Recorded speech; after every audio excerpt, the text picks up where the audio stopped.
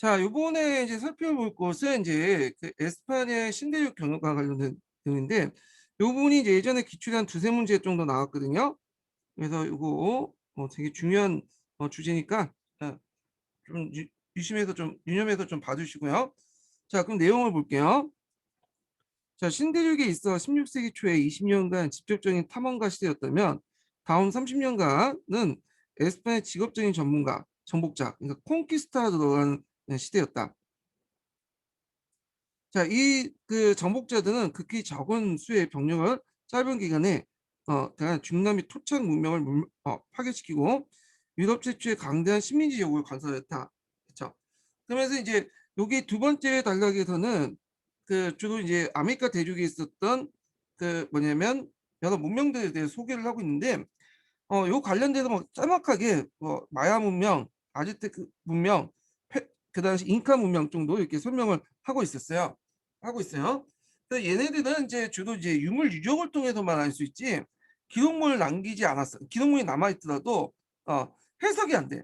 거의 이제 기록이 없고요. 기록이 남아 있더라도 결승 문자처럼 결승 문자처럼 남아 있더라도 지금 해석이 안 돼서 되게 유물 유적을 통해서만 그들의 역사를 알 수 있거나 아니면 이제 그 뭐냐 스페인이나 포르투갈 지배자들 있죠. 정복자들의 기록을 통해서만 알 수 있어요. 그것도 이제 얘네들 입장 볼 때는 근현대사 이렇게 멸망할 단계 그 직전에 뭐냐면 기록들만 알 수 있는 거죠. 그 사실들만. 자, 그러면 한번 읽어볼게요. 자, 아메리카 대륙의 원주민들은 베링 해역에 육지로 연결되어 있었던 아득한 옛날에 아시아로부터 건너온 몽골 계통의 인종으로 생각된다. 자, 그 여기 몽골이라는 건 지금의 몽골족을 얘기하는 게 아니라 몽골로이드라고 갖고 항색 인종 있죠. 항색 인종을 통칭하는 거예요. 유럽인들은 건너올 무렵 그들의 대부분 신석기 문화의 단계에 있었고 일본은 채집과 사냥을 종사했다. 이 단계의 문명이 그대로 갔어요. 이 신석기 문명 단계가. 네. 그래서 그 당시 그 뭐냐면 외부부터 이제 유럽인들이 들어올 때 그 시기 때까지 문명이 신석기 문명이었어. 물론 약간 이제 청동기도 사용하긴 했지만 청동 사용하겠지만 철기까지는 사용하진 않았어요. 그렇지만 전반적으로 신석기 시대 때 문화였다. 그래서 얘네들의 특징이 뭐냐면 신석기 문화였지만 또 상당히 뭐냐면 돌을 잘 이용해 갖고 높은 건물을 짓거나 신전을 만들거나 그 되게 능해요. 건축 토목 기술이 상당히 능해. 예. 그래서 하여튼 신석기 문명 단계였고 자, 그다음에 오늘날 그 안데스 산맥의 중앙고지의 기원에서 기원전 천년경에 오리엔트에 유사한 도시 문명이 싹트기 시작했고 그다음 중앙아메리카에 먼저 마야 문명이 등장했죠. 유카타 반도 그 부족의 부근에 그래서 장려한 궁전과 사원들이 건조되었고 약간의 상형 문자가 있다고 되어 있는데 이 문자는 지금까지 해석이 안 돼 있고요. 네, 독특한 조각을 비롯한 미술이 발달했다. 자, 이어 북방에서 내려온 아즈텍인들이 그 당시 멕시코 공원을 일대를 정복하고 그때 이제 마야 문명이 이제 멸망하죠. 그중에 마야 문명의 일파들이 또 신마야 문명을 만들고 했는데 일단 이제 아즈텍인들이 주도권을 뺏기게 되고 그래서 이제 멕시코 일대를 정복하고 종전에 마야 문명을 계승했다는 거. 자, 그 아즈텍인도 상형 문자 달려갖고 있지만 상형 문자는 해석이 안 되고요. 귀금속을 채굴하여 장식구를 만들었고 장대한 피라미드 형태의 건축을 만들었어요. 이 피라미드 형태는 이집트도 만드는데 이 이집트 피라미드가 좀 다른 게 있어요. 뭐 규모도 좀 약간 작고 뭐가 다르냐면 얘는 말 그대로 신전이야. 신전. 무덤이 아니죠. 음. 근데 이집트 그 피라미드는 무덤이면서 거기 살아있는 신이 모셨기 때문에 신전 역할을 하잖아요. 근데 좀 달라요 이게. 그다음에 그들의 종교에는 임신 공양이라는 게 있었어요. 예. 그래서 적군의 포로나 이런 사람들 잡아가지고 남자들 잡아서 머리를 치고 가슴을 잘라가지고 그다음에 그 안에 있는 심장을 꺼내서 신에게 바치는 그런 풍습도 있었죠. 그리고 거기에 이제 피들이 주르르 흐르면 그 피는 이제 신의 어떤 정기를 받았다고 해갖고 막 달려들어서 먹고 그 더러운 짓을 했는데 우리 입장에 볼 때는 상당히 야만적인 어떤 것들인데 임신 공양이라는 풍습도 있었는데 이건 아즈텍뿐만 아니라 그 잉카에도 있었어요. 잉카 문명에도. 그다음 지금의 페루 안데스 산맥 지역에 잉카 제국이 이제 성립됐죠. 그래서 잉카 제국들은 제국주의 정책을 펴서 주변의 도시와 강대한 지역을 정복하고 통합해서 태양신을 승리한 지배자가 관료와 군대를 거느리고 군림하고 있었다. 자, 이 토착 문화들은 문명들은 관계 농업에 의존하고 있었고 주로 옥수수를 재배하고 보리 종류를 몰랐으며 보리나 쌀 같은 걸 몰랐다는 거죠. 그래서 옥수수가 주식이었어요. 지금도 옥수수가 주식이죠. 이 옥수수가 단위 면적당 생산량이 제일 높다고 그래요. 네, 그래서 많은 인구를 부양할 수 있다고 그러더라고요. 그래서 이제 옥수수는 이제 원래 신대륙에 있다가 구대륙으로 이제 이렇게 전파되는 거죠. 지리산의 발견 이후에. 그럼 멕시코에서는 감자가 있었죠. 감자도 구대륙이 없었던 거죠. 이게 전파됐던 거고 새롭게 들어온 거야. 옥수수와 감자는. 자, 도구는 주로 나무와 석회를 사용했고 말을 몰렸다. 그래서 그 당시 이제 그 신대륙에서는 말을 키우지 않았다고요. 그 외에도 뭐 가축들도 별로 없었다고 하는데 총세균이라는 그 책에서 보니까 왜 그 구대륙 사람들이 그 당시 그 병균에 취약했는가 그거에 대해서 얘기할 때 가축을 키우지 않아서 그렇다. 그래서 구대역 사람들은 이제 가축을 많이 키워가지고 그렇게 인수 감염병을 많이 걸려서 면역력이 강한 데 비해서 그 당시 그 신대역 사람들은 가축들이 별로 없었다 그래요. 그래갖고 말이라든지 뭐 돼지 뭐 이런 것들이 없다 보니까 얘네들이 이제 임수 공용 그 감염을 잘 인수 공통 감염병을 잘 걸리지 않죠. 인수 공통 감염병에 걸리지 않고 그다음에 면역력이 약해졌다. 뭐 이런 설도 있고 또 그들끼리 교류가 없었기 때문에 면역력도 약해졌다. 뭐 등등 있어요.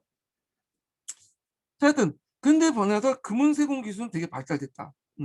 그리고 피정복 민족들의 등락을 거두어들었다. 그러니까 얘네들 특징이 뭐냐면 신석기 운명 단계지만 또 한편으로는 거대한 건축이나 도로도 만들고 건축도 올리고 피라미드도 만들고 도도 닦고 그다음에 금은세공 기술도 되게 발달됐어. 그러니까 좀 약간 한 분야가 되게 발달된 반면에 한 분야는 되게 늦춰져 있어. 특히 무기나 이런 그런 것들. 무기는 그 해봤자 돌 정도 이렇게 갖고 있고 돌도 이제 뭐냐면 돌화살이나 돌창 뭐 이런 것도 있죠.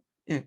그런 걸 이제 하다 보니까 되게 보면 어 상대가 안 되는 거예요. 철기나 그다음 칼, 그다음에 철기 만든 칼이라든지 창, 그다음에 어 이런 그 하얀 무기도 장착한 그 사람들이 들어오니까 제대로 서양인을 대적할 수 없는 거죠. 상대가 안 될 수밖에 없겠죠.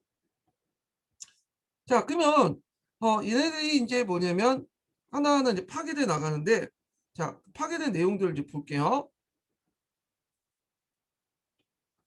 1520년 이전에 서인도 제도의 대부분 큰 섬들이 개발되고 수많은 에스파니인들이 이주하면서 이스파니오나 이 섬과 쿠바가 그 중심이 됐다. 얘가 첫 번째 섬 제일 크고 카리브해에서 얘가 두 번째 제일 커요. 자, 발바의 탐험 아래 중남미의 토착 문명에 관한 소식이 그들이 많은 기금을 보유하고 있다는 정보가 들어오게 되고 그 다음에 경우에 따라 그들에 대한 꿈을 그리던 한계의 나라 엘도라드가 있을지 모른다는 기대를 자아나겠다. 그리하여 마젤란이 대항해로 출발했던 1519년 에스파니아 하급 기조 출신의 코르테스가 적은 600명의 병력을 가지고 멕시코 정복을 했어요. 1521년에 아스테크를 이제 완전히 점령하고 그의 부하들은 중앙아메리카 마야 지역을 잔인하게 점령했다. 이렇게 했거든요. 자, 그래서 이 점령 관련된 내용이 서양사 강좌에는 잘 나와 있더라고요. 그 내용을 좀 보면 아즈테크 문명 같은 경우에 피사도가 이제 점령했고 그다음에 잉카는 코르테스가 이제 점령을 했죠. 예. 그래갖고 이제 있는데 음. 제가 말하자면 코르테스가 아즈테크를 점령하고 피사도가 잉카를 점령했죠. 예, 거꾸로 얘기했어요. 자, 그래도 이제 그 당시 그 아즈테크를 점령했던 그 당시 코르테스는 어, 적은 병력을 가지고 들어왔거든요. 말 16필하고 총프로 몇 자도 600명의 이루어진 원정대로 구성돼 갖고 그 당시 멕시칸족이 지배했던 아즈텍 제국을 들어갔어요. 그때 이제 그 제국 안에 이제 황제가 몬테슈마였는데 그 몬테슈마는 그 당시 500개 부족과 2,500명을 다는 큰 엄청난 인구를 지배를 했다고요. 전성기를 부과했고 그 당시 아즈텍 그 수도가 어디냐면 그 테노치티트라야. 이거 이름 조금 기억을 해두세요. 이 테노치티트라가 원래 멕시코 시티죠. 예, 계획 도시고. 근데 대략 요때 인구가 몇만 명이었냐면 25만 명에서 50만 명이야. 그거는 1519년이니까 16세기잖아요. 우리나라 한양 인구가 그때 잘해봤자 뭐 10만 명 요때인데 이 정도면 세계적 대도시죠. 예. 그래서 이제 거기를 점령을 해버린 거야.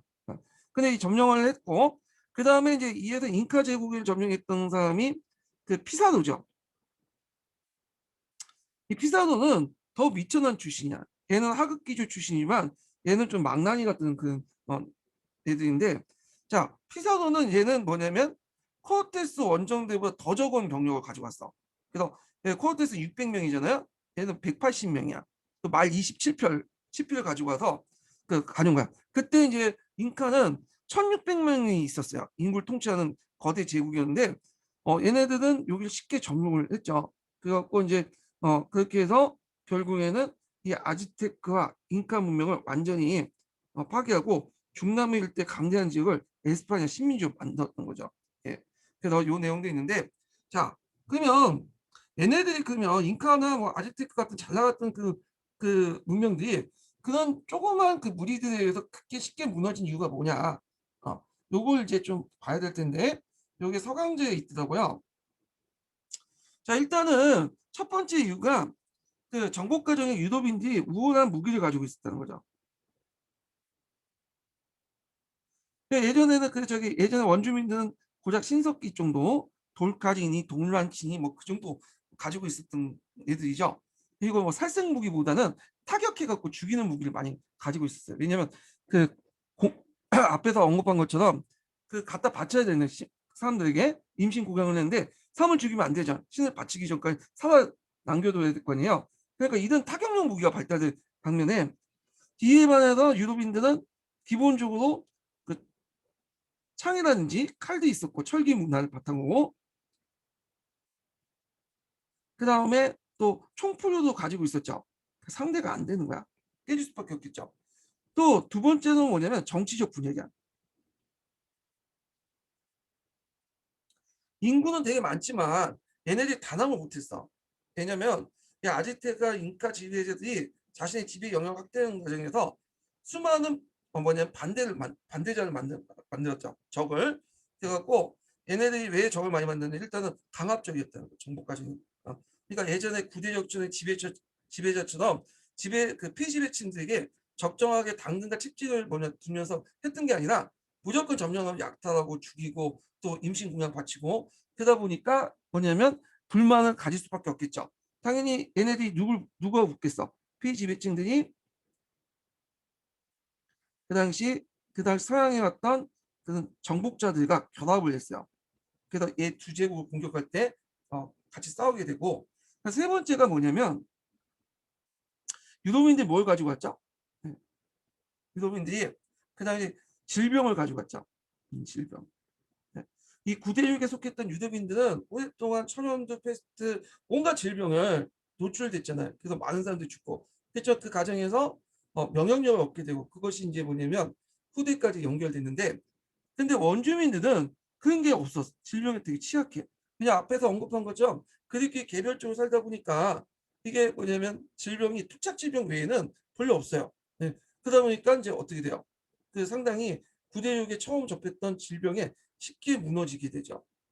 그래서 인구가 상당히 많이 감소된다. 거의 90% 인구가 감소했다고 그래요. 그래서 처음에는 그 원주민들을 이용해갖고 좀 플랜테이션 농업을 하려고 했는데 막상 원주민들 쓰니까 비리비리해. 체력도 약하고 그리고 많이 죽어 나가죠. 그래서 대신에 뭐죠? 그 당시 상강무역을 통해서 흑인들을 가지고 와서 얘네들 노동력으로 삼죠. 원주민들은 이제 불쌍하니까 보호를 해줘요. 기독교 개종을 시키고. 자, 그런 역할을 했다. 그래서 이런 내용도 좀 기억을 해두시고요. 네 번째는 그 원주민 지배층도 있죠. 네, 원주민 지배층들이 뭔가 적에 대해서 정확한 파악을 못하고 좀 약간 우유부단을 했어요. 강력하게 나가지 못하고. 이런 이유 때문에 뭐냐 쉽게 정복이 됐다. 이렇게 보시면 돼요. 예. 다시 이제 돌아와서 계속 읽을게요. 예.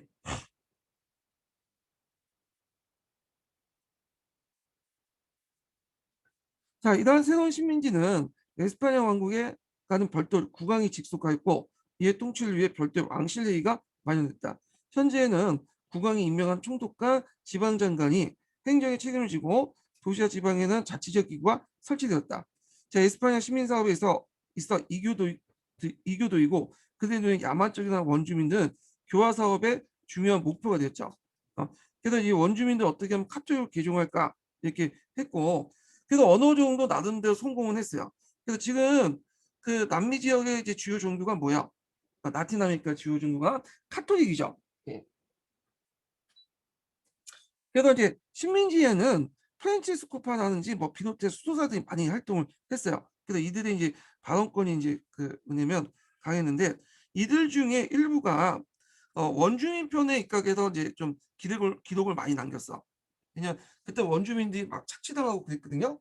그러다 보니까 그걸 보고 이제 선교사들이 안타깝게 생각해서 그런 착취 상황을 기록을 했고 그에 대해 되게 비판적으로 기록한 내용들이 많아요. 예, 그 교과서에 실려 있죠. 그리고 선교사 중에 일부는 이거 잘못됐다. 그래서 이런 것들을 좀 원주민들의 인권을 개선하고자 노력을 했고 그거에 대해서 보고도 하고 왕도 그 보고를 듣고 또 많은 개선책을 내고 그래요. 예.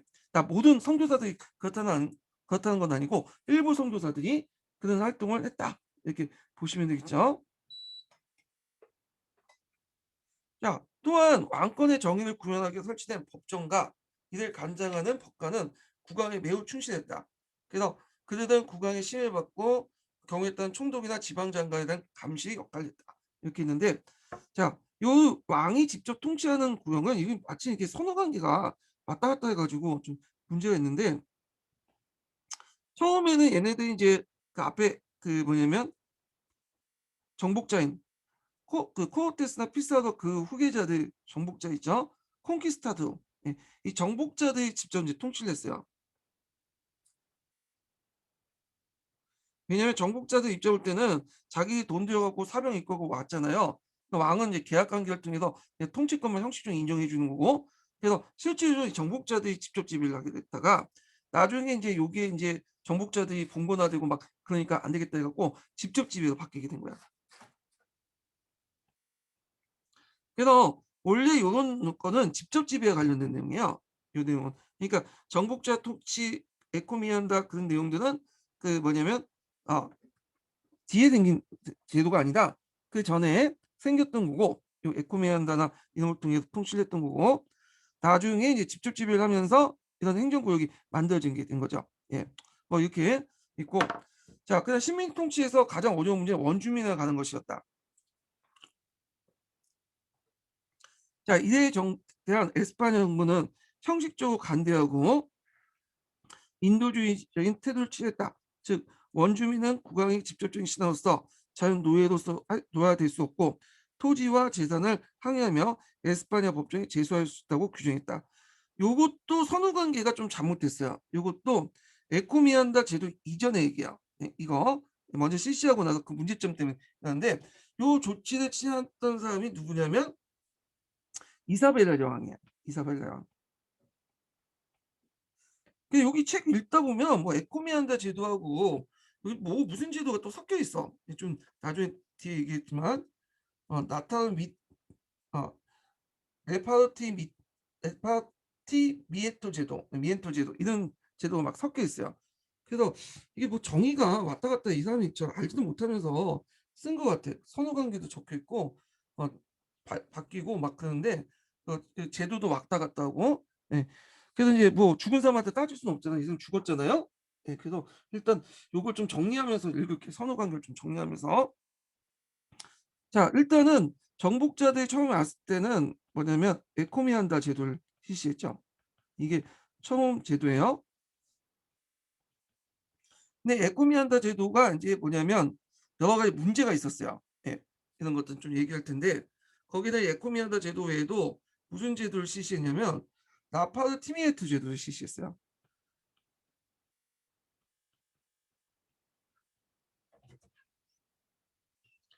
자, 나파르 티미에트 제도가 무슨 제도냐? 뭐 듣보잡이다 이렇게 있는데 여기 다 나와 있어요. 이 서기에 있는 내용인데 이 사람들이 이제 에코미한다 제도와 같이 얘기를 해서 좀 문제가 있는데 자, 하여튼 이런 제도들이 이제 여러 가지 문제점이 일어나니까 뭐냐면 요걸 개선하기 위해서 이사벨라 여왕이 그당 스페인을 지배했던 이사벨라 여왕이 망령을 내려서 요런 조치를 취한 거야. 원주민들은 국왕의 집조지 신하로서 자유로 노예화될 수 없고, 왜냐면 여기 에코미아드 제도가 이 노예와 관련돼 있거든요.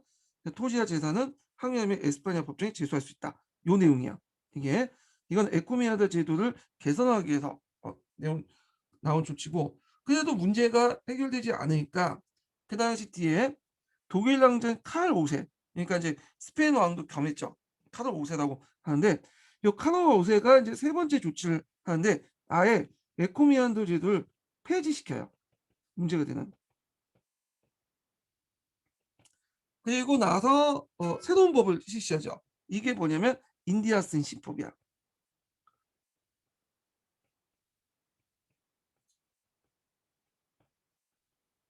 자, 인디아슨 신법인데, 인디아슨 신법은 뭐냐면 에코미안도를 폐지시키고요.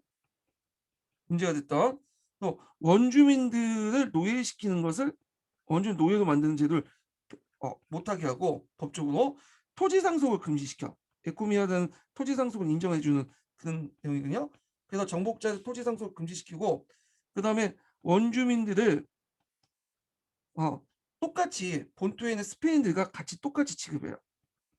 네. 요 에코미아다 폐지하는 인디아드 신법은 카르 5세가 했던 거야. 그래서 요 순서대로 이제 이해를 해두셔야 돼요. 이게. 근데 여기에서는 거꾸로 됐죠. 마치 이게 이제 첫 번째고 얘가 이제 뒤에 있는 것처럼 서술됐는데 좀 이건 잘못된 거고요. 그 다음에 이제 요게 또 문제점이 뭐냐면 여기 에코미안다 제도가 나와요. 에코미안다. 근데 이 에코미안다 제도하고 뭐냐면 그 앞에서 얘기했던 아이고 또 이름은 또 까먹었네 제가. 예.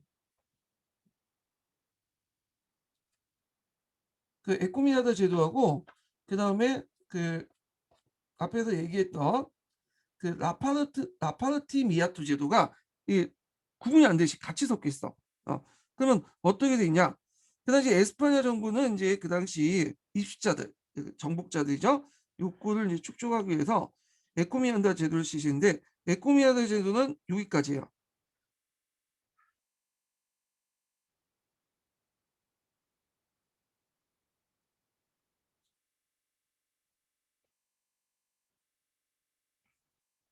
여기가 에코미안다 제도 관련된 내용이죠. 그리고 한편 그러나부터가 현재 이렇게 한편부터가 이건 또 다른 제도예요. 이거는요. 예. 요거는 무슨 제도냐면 나파르 티미에트 제도야. 예. 여기부터는.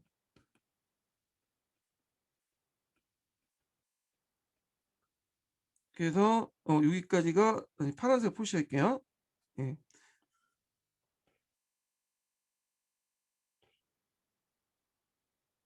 여기가 나파르 테미에트 제도야. 나파르 티미에트 제도. 그리고 나서 끊고 여기에서 이제 여기까지가 예, 또 에쿠미안다 제도야. 예. 여기. 그래서 이 두 제도 같이 그냥 똑같은 제도처럼 이렇게 서술돼 있어. 예.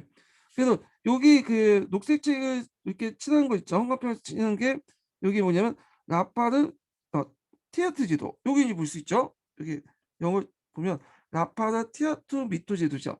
라파르 티미 에토 제도. 라파르 티미 에토 제도. 이거 라파르 티미 에토 제도는 나중에 이게 폐지되고 나서 미타 제도로 이렇게 생기는데, 미타 제도는 강상 경험 때 이제 강제 노동력을 착취하는 거야. 그러면 요걸 이제 이해하기 위해서는 요 제도에 대해서 좀 약간 구분해서 설명을 할 필요가 있어요. 잠깐 정리 좀 해볼게요. 자, 예전에 시험 문제 나왔던 것이 뭐냐면 어, 에코미안다 제도거든요. 에코미안다 제도가 뭐냐? 이거 뭐냐면 자, 그 에코미안다 제도는 중세 봉건제와 좀 비슷해요.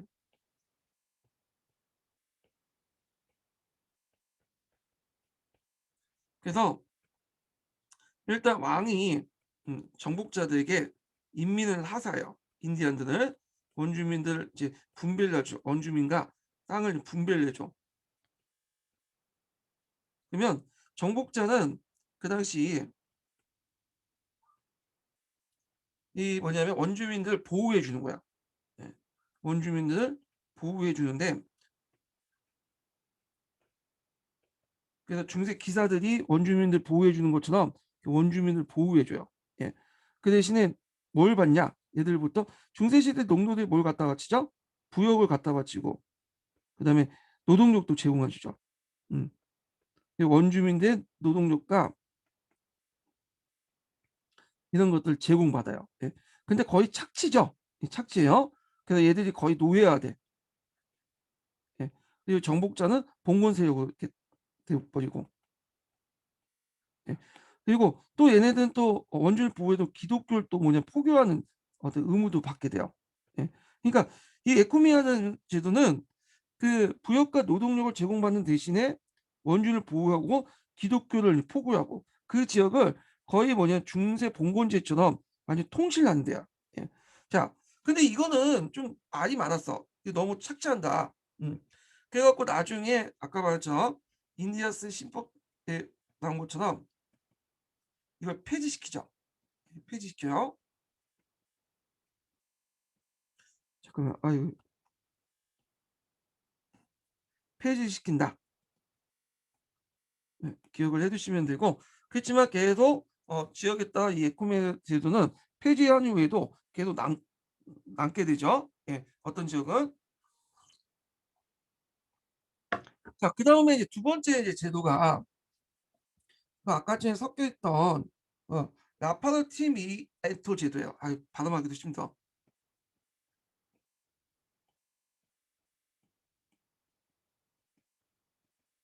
예.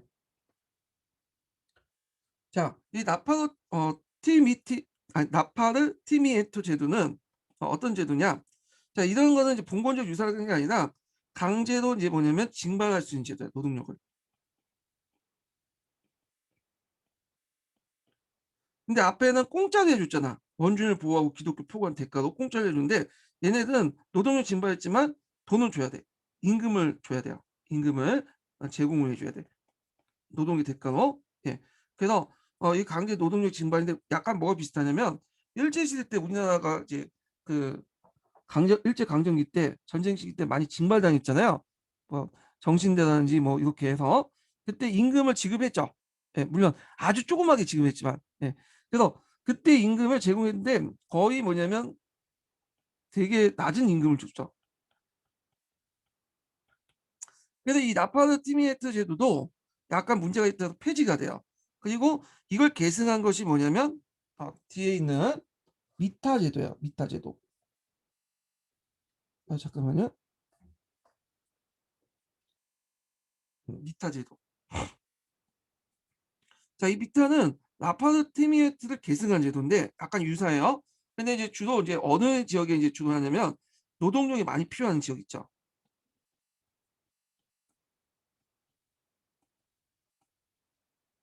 주 강산지대나 이런 데에 그 원주민 노동자들 필요할 때 이런 데 이제 이용한 거야.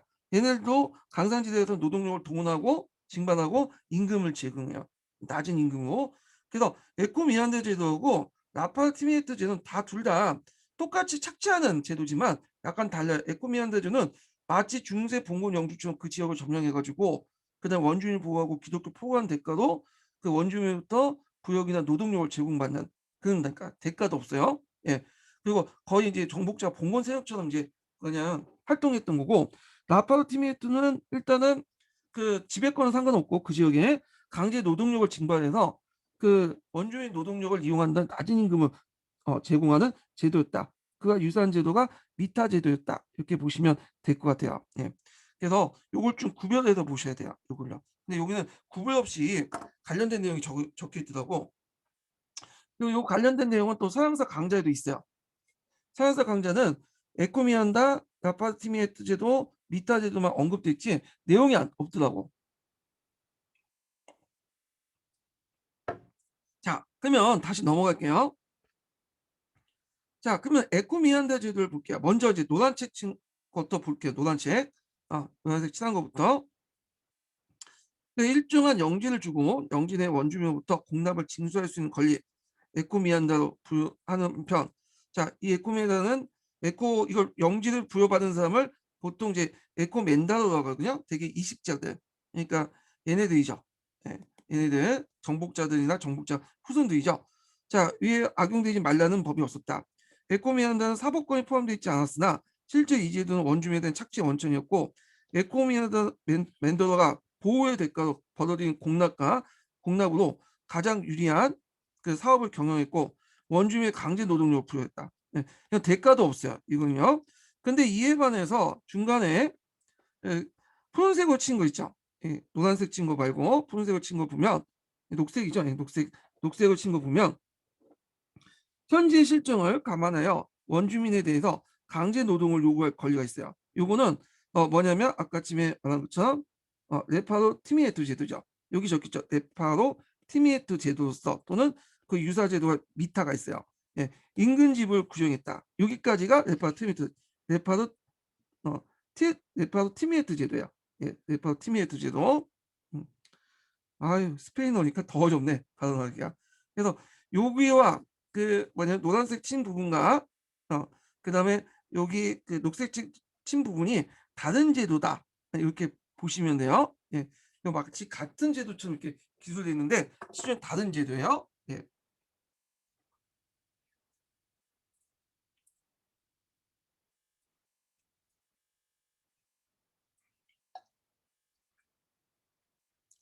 자, 그래서 이제 다시 읽어볼게요. 자, 초기에 이제 신세계를 건너온 에스파냐 사람들은 토지를 구하여 정착하는 사람들이 아니었다. 그는 대부분 군인, 선교사, 그리고 법관을 포함한 행정 관료로서 식민지 사회의 지배층이었다. 그는 얼마 안 가서 각종 이권을 차지하게 되었으며, 자, 이러한 이권의 가장 강력한 대변자인 에코미안다를 부여받은 초기 정복자의 그 후손들이었다. 그러나 에코미안다를 무한정 부여할 수 없고, 왜냐하면 이게 상당히 봉건화될 수 있거든요. 지방 세력화 될 수 있고. 그러니까 이제 카르 5세 일정일 때는 이걸 가만히 놔둬서는 안 되겠죠. 그래서 이 제도를 폐지시켜. 그래서 새롭게 실시한 게 인디아스 신법이라고 했죠. 또한 식민지의 관리 자료가 한정됐기 때문에 뜨내기에 입시한 백인들도 빈민이 생겼고, 그들은 또 원주민과 어울려 살면서 곱장 말썽을 부렸다. 그래서 많은 입시자들, 그러니까 외부부터 스페인이나 포르투갈로 들어오는 사람들은 빈부를 막론하고 원주민 여인들 아내를 삼게 되고, 왜냐하면 그 당시에 들어왔던 사람들이 대개 보면 정착을 목적으로 들어온 게 아니라 한바탕 좀 뭔가 해보려고 들어왔던 사람이야. 그다음에 가족을 같이 데리고 오지 않았거든요. 또 결혼하지도 않은 사람들이 많았고, 그러다 보니까 얘들이 이제 뭐냐면 뭐 부인도 없다 보니까 원주민 여인들 아내로 삼는 경우, 그러니까 아내라고 보다는 현지처 정도 보시면 돼요. 그래서 이제 이때 이제 복잡한 식민지 사회가 형성됐는데, 에스파니아 원주민의 혼혈 사이인 메스티조가 계층이 됐죠. 보통 이제 그 남미 지역에 많은 계층이 다 메스티조 계층들이 많아요. 그래서 그 수는 날로 증가하여 원주민과 에스파니아에 능가하게 되고, 오늘날 라틴 아메리카 주민의 대부분을 차지했던 것이 이 메스토디자, 네, 메스토디자 이렇게 보시면 되죠. 예. 그거 외에도 이제 얘네들이 이제 보통 흑인도 데리고 왔잖아. 예. 흑인하고 또 백인 사이에 짝짝꿍 해갖고 난 물라토도 있어요. 예. 물라토도 있고, 근데 또 이제 또 흑인하고 또 원주민 사이에 또 짝짝꿍 해갖고 삼바를 낳죠. 삼바. 예. 그리고 또 물라토와 삼바와 또 메스토지가 또 혼혈해. 예. 그래서 되게 이제 뭐냐면 피가 많이 섞였어요. 여기는. 그래서 그러다 보니까 또 다양한 문화도 많고. 그래서 라틴 아메리카 이런 특징을 가지고 있다. 라틴 아메리카는 그 예전에 스페인과 포르투갈이 지배했던 그런 지역을 얘기하죠. 근데 이와 대비해서 앵글로 아메리카는 좀 달라요. 앵글로 아메리카는 이미 여기를 정착 목적으로 갔거든요. 그다음에 가족을 같이 데리고 왔어요. 부인도. 그러니까 원주민 여자도 건들 수도 없죠. 여기 건졌다가 이제 지방 난리 나니까. 예. 그러다 보니까 여기 혼혈이 안 됐어요. 라틴 아메리카는 이쪽은. 그래서 이제 고유한 이제 백인 문화나 뭐 영국, 프랑스 문화 같이 각 국가별 문화들이 혼합되지 않은 상태에서 이제 다문화를 이루는 안에서 여기는 서로 짬뽕으로 연결돼 있어. 예. 이런 것들이 좀 차이가 있어요. 예. 자, 그래서 이제 있고, 그다음에 이제 보통 이들이 정착하고 나서 이제 했던 게 뭐냐면 대농장, 플랜테이션 농업을 주로 했죠. 그래서 그 당시 카리브나 멕시코만 일대 사탕과 담배를 재배하는 대농장이 발달했고 노동력으로서 포르투갈 상인으로부터 구입한 아프리카 흑인 노예를 많이 이용했다. 예. 왜냐하면 처음에는 원주민들을 했는데 원주민들이 노동력이 좀 약간 약하죠. 노동도 잘 못하고 일도 못하고 그러다 보니까 이제 흑인들 같은 경우에는 좀 육체 노동에 되게 강하게 태어났잖아요. 또 기후에도 맞고 그리고 이제 결정적으로 전염병에 강해. 예. 그래서 이제 나중에는 그 뭐냐면 원주민들은 보호해 주고 얘네들은 이제 주로 포교를 하는 데 이용했고 개종하는 데 흑인 노예들이 인제 주로 일을 했다. 이렇게 보시면 될 것 같아요. 자, 그래서 인제 이렇게 했고 목축이나 사탕 재배가 매우 유리한 사업은 틀림없으나 식민지 초기에는 금과 은의 귀금속 채굴에 비하면 아무것도 아니었다. 그래서 초기의 정복자들은 관심 있는 것이 아즈텍 잉카 제국에 보면 금과 은이었죠. 마구 자비로 탈취하여 사복도 채우고 본국에 보냈다. 그러나 점차 이제 금과 은광을 탐사해서 답사해서 이들 채굴하게 되고 왜냐면 뺏으니까 더 안 나오거든. 그래서 인제 은광과 금광을 차그 답사해서 만든 다음에 거기를 채굴하게 되는 거죠. 금강과 은강을 개발한 다음에 16세기 중엽에 멕시코의 포토시와 같은 풍부한 강맥을 발견했다. 요 포토시가 예전에 시험 문제 나왔죠. 포토시가. 근데 이 포토시는 멕시코가 아니에요. 예, 멕시코는 아니고 볼리비아에 있는 거예요. 볼리비아. 예. 그 포토시. 이거는 또 강산이 아니에요. 강산처럼 돼 있는데 이건 도시 이름이에요. 도시 이름이고 포토시는 한 10만 정도 됐다고 해요. 17세기 때. 예. 그래 갖고 이제 그 포토시 부근에 세랄리코 강산이 있어요.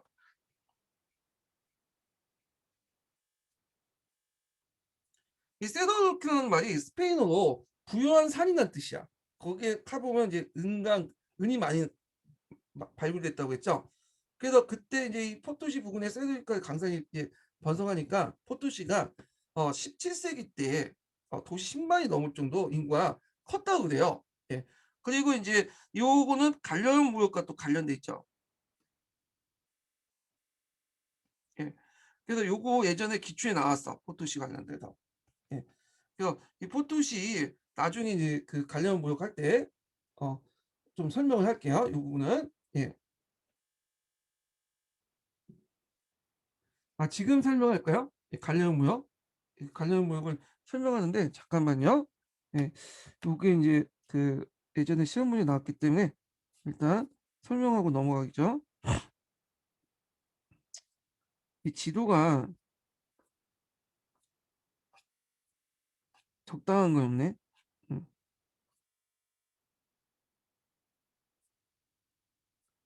일단 지도는 여기서 좀 잠깐만요. 지도가 적당한 게 없네.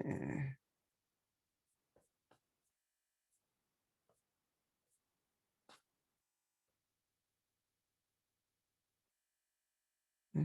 이거 나중에 설명할게요 이거는. 이 지도가 적당한 게 없네. 예. 자 하여튼 관련 부분 좀 나중에 설명하고 음 지도를 제가 나중에 다음 시간에 마련해서 어 하기로 하고요. 자 그래서 에스파냐 왕실은 16세기 중엽까지 이 귀중한 귀금속을 안전하게 운반하기 위해서 전함에 호송하에 약 20척 내지 60척 구성된 대성단 정기적 운행을 했고요. 자, 이러한 이제 막대한 양의 귀금속은 신대로부터 에스파냐에 운반되어 에스파 왕실 풍요를 했을 뿐만 아니라 유럽 경제에 큰 자극과 영향을 미쳤다. 요게 이제 뭐냐면 산업혁명과 가격혁명이죠. 지리산의 발견 결과에 나타난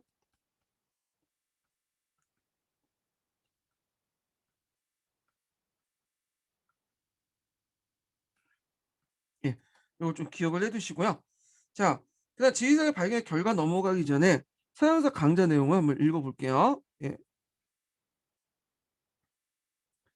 자, 서양사 강좌 내용인데 여기 인제 뭐 앞부분 이제 쓸모없는 거는 다 건너뛸게요. 여기 건너뛰고 좀 중요한 부분만 읽고 넘어갈게요. 자, 여기 보면 몇 페이지 펴 보시냐면 일단 226 페이지 이렇게 보세요. 자, 260 페이지 보면 에스파냐 아메리카 제국 건설 내용이 있거든요. 이렇게 보면 읽어보면 자, 포르투갈이 아시아 쪽의 방향을 잡았다면 에스파냐는 아메리카 쪽에 눈을 돌렸고 그 계기가 됐던 것이 콜럼버스 항이었다. 자, 설득력이 없었던 콜럼버스의 계획을 에스파냐 이사벨 여왕이 지원하기로 결심한 이유는 아직도 분명치 않으나 두 가지 이유 때문에 지원을 했다고요. 첫 번째로는 어, 그 당시 에스파냐가 포르투갈하고 라이벌 관계였거든요. 얘가 에스파냐가 그것을 지원함으로써 그 모험을 지원함으로써 잃은 건 별로 없는 대신에 혹시 운이 따라준다면 텅 빈 국고를 가득 채워줄 수 있다는 약간의 기대감 이런 것 때문에 이제 했다고 보고 두 번째로는 이 이사벨 여왕이 좀 강신도거든요. 그래서 그 당시 또 분위기도 재정복 운동 끝나는 상황이었잖아요. 그래서 이제 흥분된 분위기 속에서 이게 좀 약간 그 이런 민족주의 어떤 종교적 분위기를 좀 밖으로 그냥 발산시킬 수 있어. 예.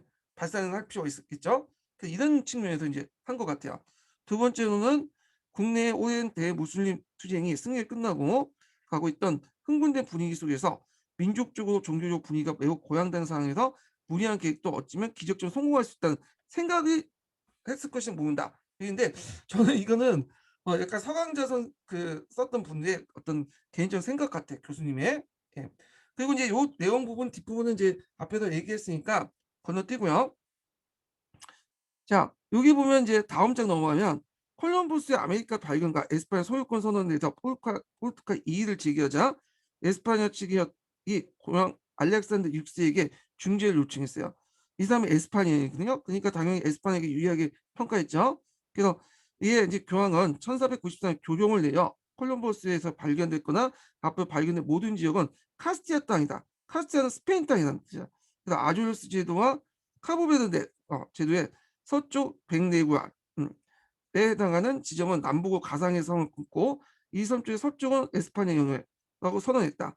자, 그래도 이제 이렇게 이제 했고 이에 포르투갈은 이 분할선이 남대서양과 아프리카를 돌아 곧 개척한 항로에서 포르투갈이 갖게 된 이권을 위협할 수 있다. 이렇게 해서 강력히 반발했죠. 근데 이게 서기에서는 반발이 없었지만 이렇게 내용이 좀 맞지가 않는 게 반발이 있으니까 당연히 하기죠. 포르투갈 입장은 이렇게 그을 경우에는 남대선과 아프리카 항로 이렇게 돌아갈 때 그 선이 걸린다는 거야. 그러면 우리가 불리하다. 그래서 이제 결국에는 양국이 1494년에는 토르데시우스 조약을 맺게 돼요. 그래서 이거는 카도브르데 서쪽에 370레구알 지점에 남북을 상상의 그 선을 긋고 그 선의 서쪽은 에스파냐령, 동쪽은 포르투갈령을 분하는데 사실 이 선을 지나치게 서쪽에 그어졌던 것이다. 이 선은 그래서 후에 포르투갈 브라질에 대한 소유권을 주장한 빌미를 제공했다. 그러니까 토르데시우스의 결과죠. 원래는 이제 서쪽을 그었지만 그 당시에는 뭐 이쪽에 영토가 있는지 뭐 있는지 잘 몰랐어. 그래서 그냥 넘어갔는데 웬걸 브라질, 아마존 강대한 영토가 있었던 거죠. 그래서 포르투갈이 나중에 브라질의 소유권을 주장할 수 있는 근거가 되는 거죠. 예, 요거 기억을 해두시고요.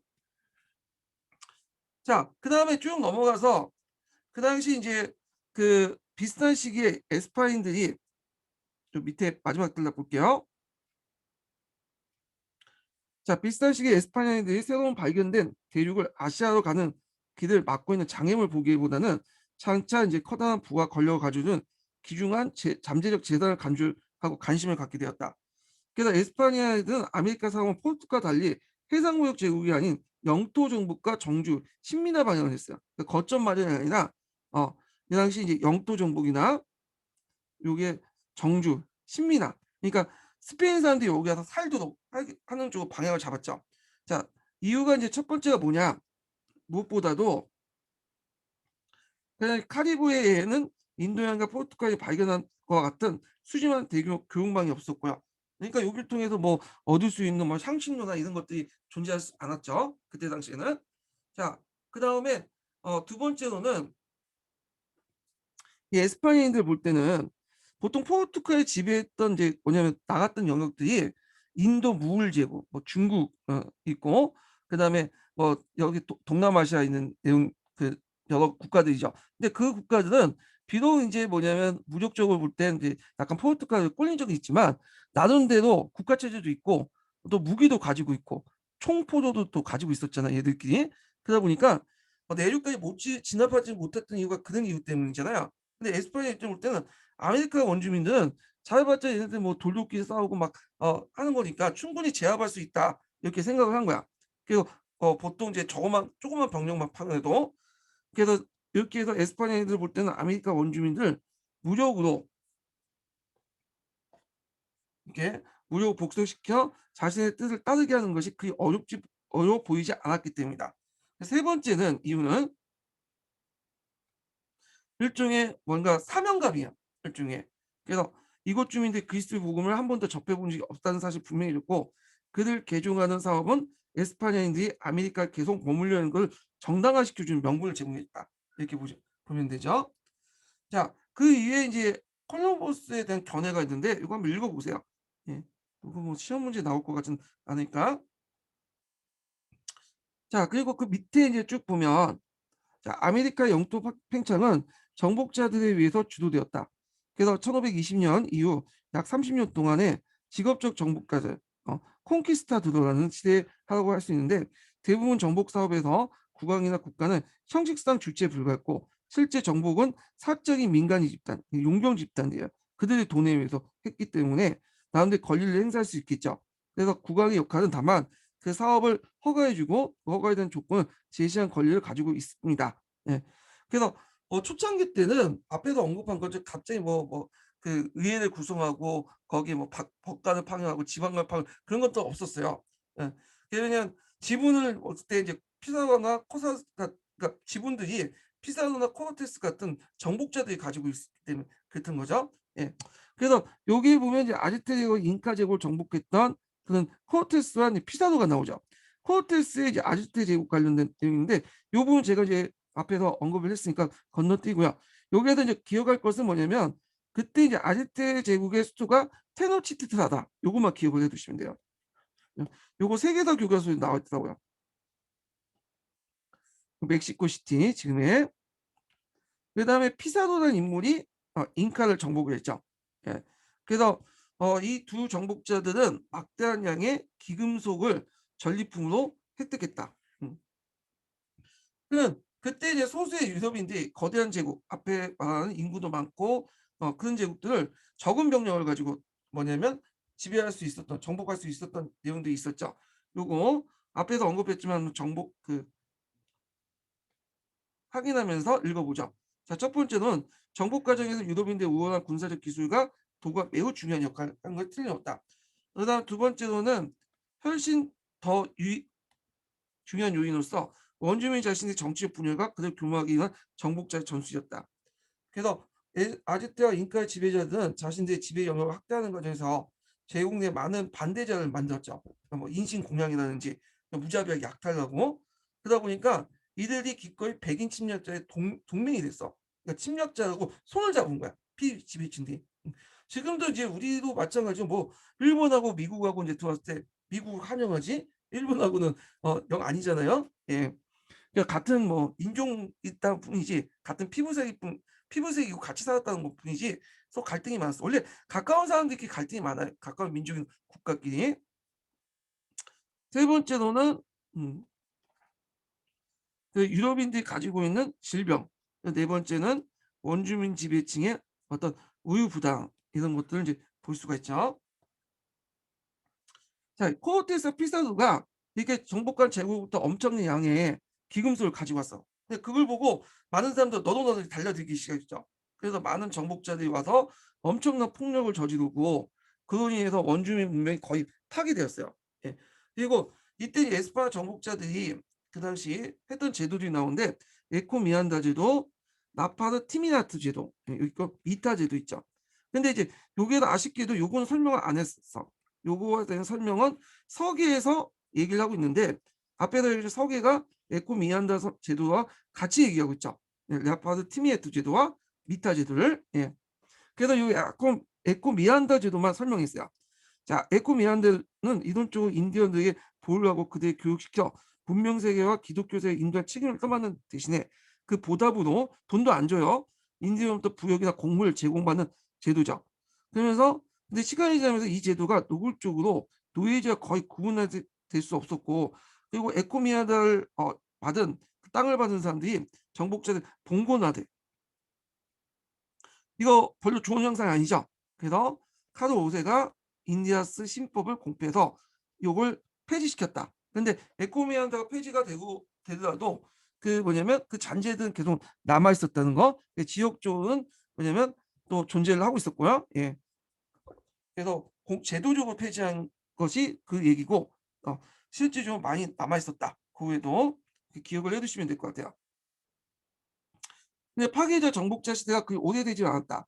그들의 이제 시대가 시작되는 40년 후인 1560년에 그다음 탐험과 정복 초기 단계의 실습이 끝나고 16세기 이후에 이제 보통 이제 직접 지배에 넘어가대. 국왕이 행정제도를 이제 정비하고 직접 제도를 정복을 하게 되는데, 문제는 이제 서양사 개론에서는 앞에서 언급한 것처럼 마치 이거하고 직접 지배와 그 다음에 에코미안다 제도가 같이 있는 것처럼 이렇게 설명을 해놨죠.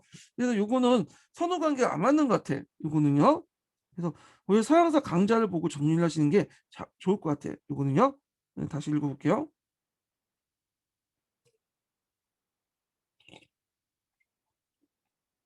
그래서 간접 지배 방식에서 이제 직접 지배 방식 관련된 내용 볼게요.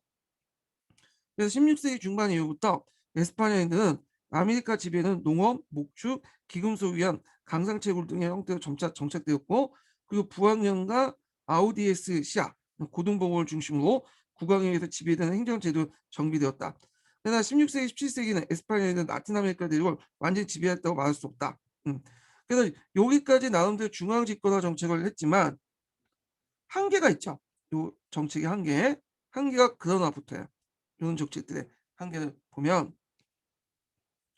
자 여기 보면 그 포르투갈인의 아시아 해당 제국보다 원주민 영토 지배가 강한 건 마찬가지지만 강한 건 사실이지만 실제 그들의 통치를 확립된 것은 중부 멕시코에서, 그러니까 중남미 지역이죠. 예, 칠레에 있는 지역, 그 다음에 그러니까 그 카리브해 섬 몇 개, 그리고 몇몇 고립된 지역이다. 대개 보면 중요한 수도나 중요한 지역이나 해안가에 주로 많이 거주했어요. 왜냐하면 그 안까지 들어가면 밀림 지역도 있고 아마존도 있고 그러잖아요. 그러니까 이제 그 에스파냐와 스페인은 이제 뭐냐면 왔다 갔다 할 수 있을 테니까 해안가 중심으로 해갖고 이게 개척이 됐어요. 이거 나머지 네 지까지는 들어가지 못했어요. 예, 들어갔다가도 대개는 거점 이렇게 해서 요새만 만들어 놓고, 예. 그러다 보니까 지금도 이렇게 보시면 남미의 여러 도시들 있죠. 남미의 여러 도시들 보면 해안가에 되게 몰려 있죠. 그런 이유예요. 이런 것들이. 자, 하여튼 이렇게 있고, 그래도 이제 이때 이제 갈레온 무역을 이제 했는데, 갈레온 무역 관련된 내용은 나중에 그 좀 얘기를 할게요. 요거는요 다음 시간에 지도를 보면서 얘기해야 되니까 그 얘기하고. 그래서 1540년대 에스파냐인들은 지금 볼리비아의 포토시, 이건 제대로 됐네. 그다음 멕시코에 보면 좀 약간 득보잡이냐 사카테카스라는 엄청난 매장을 가진 은광을 찾아내면서 그 수백 년 동안 페루와 멕시코의 세계 최대 은공급으로 남았다. 그래서 16세기 후반에 이제 아메리카 갈리아 무역이 이제 여기 있네요. 예, 갈리아 무역이 여기에서 여기까지예요. 예, 여기가 아니라 표시를 잘못했나요? 예. 그래서 갈리아 무역은 제가 이제 지도를 보면서 다음 시간에 여기 시작할게요. 지도를 보면서. 그래서 이거 관련 무역 시작하고 나서 그리고 저희 그 지리산의 발견의 결과에 대해서 얘기를 하기도 하죠. 세 번째 인증번호 알려드릴게요. 예, 세 번째 인증번호는 80번입니다. 세 번째 인증번호는 80번입니다. 자, 오늘 여기까지 하고요. 네, 끝까지 강의 들으신 분들 수고하셨습니다. 예, 다음 시간에 뵙기로 하죠.